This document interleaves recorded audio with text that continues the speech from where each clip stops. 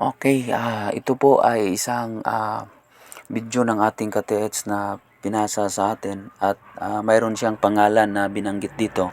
Na sure po tayo na itong tao na binanggit niya ay doon niya kinuha yung mga idea niya bago sila maghukay at ang gamit nila dito ay Japanese one.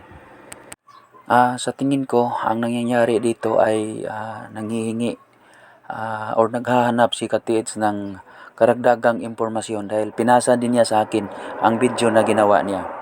Kaso nga lang, mayroon na silang naumpisahan na hukayin, no? Sabi nga niya dito ay nasa S101, no? So hindi na po yan S direction kasi lumagpas ka na po, yung degree lumagpas na. Panoorin natin mga ka-TH ang video ng ating ka-TH at ang pagdokumentary niya sa ginawa niyang sketch, mapping sa kanilang area. And then, tingnan natin kung malapit ba sa katotohanan yung ginawa nilang hukay. Okay? So, diri po ko mag-compass kaya siya kung gamitong fulcrum point. Tama, straight dito, 101 east ang iyang compass. Ikan diri nga ba ani? Tama dia 12 feet. Ikan diri tama dito sa buhok ko na mo. Siguro mag-testig. Pag nag-bearing ako dito, surface, tayo ako dito. So yung dyan yung east. At sa east, pag dito kang kasi parang upuan ni Yamato. Dito yung sign na sinasabi mo na positive surface. Diyan, yung malaking bato. Doon yung sinubukan namin hukay. Tapos, napansin namin may parang wood elements. So, east yan dyan. At, dito naman sa harap nito may footmark is yung diamond.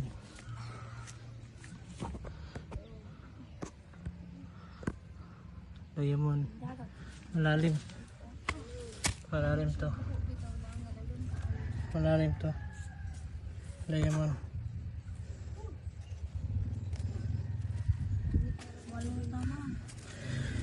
Dito yung sinubukan namin kain. Nakikita namin ang footmark. HTM na yan. Sabi mo positive. Ito.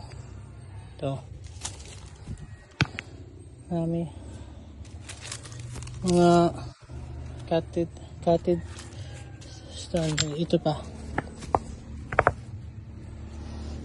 Kasi kung sinundan ko dito is ito. Parang yung arrow dito. May triangle naman dito na nakatutok papunta doon.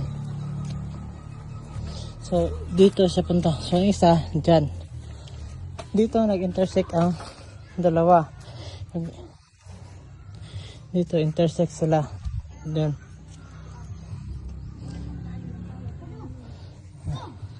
Tapos passageway. Yung sinasabi yung passage nakita ko sa video mo. Parang ang straight no ng yung sa una is dito sa surface.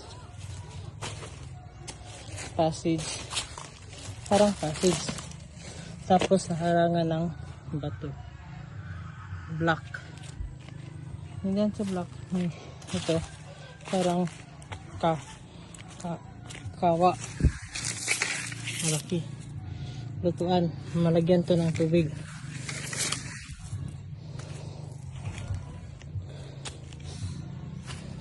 Wala kasi kaming computer na gamit. Pero nag-study ako sa mga video mo kung ano ang nakikita ko. Nakatama yung hukay namin. So, pabili kami ng Japs 1. So, ito makikita sa bato. Malaking bato. Ang tawag dito sa grab type. Tapos, ito yun. Kasama to sa nakuha namin dito.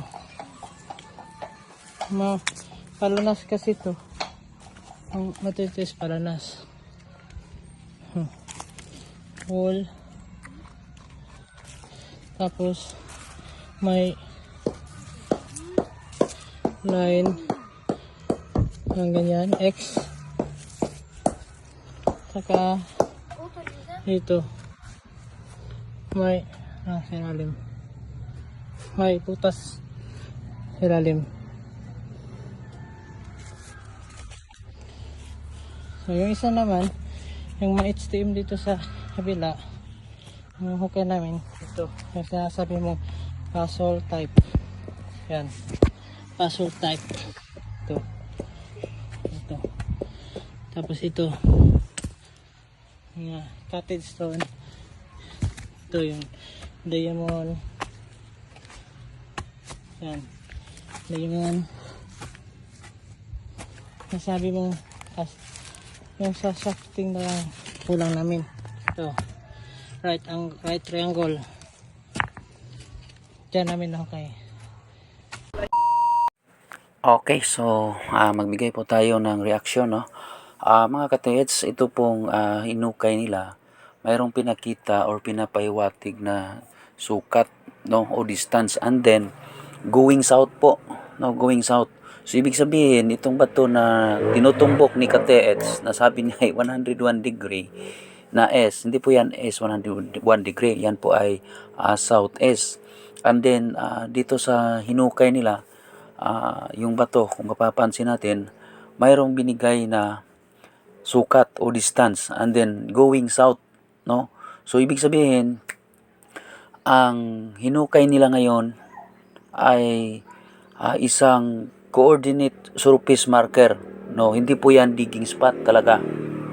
So kung bakit mayroong mga makikitang cutted rock, yung nakakating na mga bato, at sabi niya mayroong pang puzzle type, kasi doon sa mga bato na yan ay nagbibigay din ng degree, and then meron akong nakita na degree na binibigay doon mula sa kanyang kung saan siya nakatindig, na sinasabi niyang papunta siya sa S direction, na pagbigay niya sa degree ay sabi niya 101 yata yon.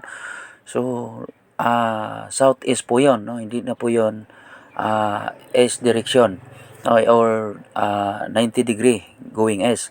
So yan po ay southeast, and then pagdating doon naghukay sila. Ang bato na sa gilid ng kanilang hukay, nasa taas, ginawa nilang base, doon sila naghukay, ay mayroong distance na binigay na going south.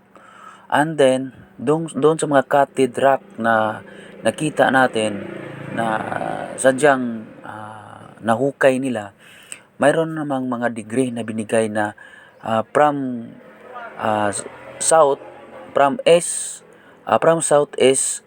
And then yung mga degree na binigay doon sa mga bato na nakuha nila or sa mga countersign ay nagsasabi na naman ng southwest, no?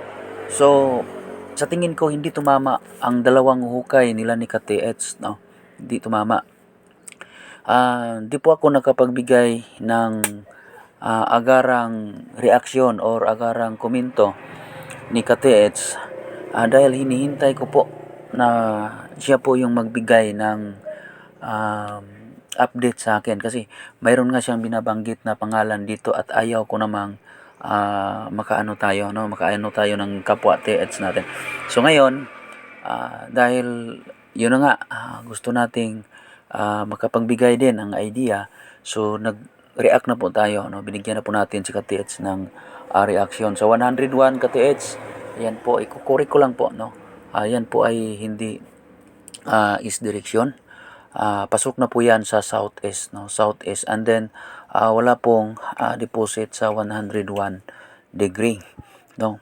And then yung bato na nasa gilid ng kung saan kayo naghukay, may sign siya na nagbibigay distance papunta na naman sa south. And din yung mga nahukay ninyong bato, nakikita ninyo, mayroon na namang binibigay na degree na southwest.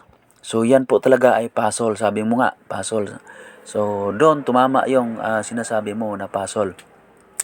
And then ang di lang tumama ay yung siguro yung hukay ninyo. I think Hindi kayo tumama kasi nasa gilid lang po kayo ng bato na mayroong distance at ang hukay ay klaro naman na hindi tugma doon sa distance na binigay na naka markings doon sa bato, no? Kasi mayroon siyang degree, and then yung degree mayroong katabi na binigay na distance. Okay? So, dito na lang po mga katets. Maraming salamat. Bye-bye and God bless. Pasensya na po kayo. Medyo na tayo. Na ubos yung boses natin sa kabibigay ng mga tips doon sa mga kapwa TH na nagme-message sa atin. Okay? So, God bless lahat. Bye-bye.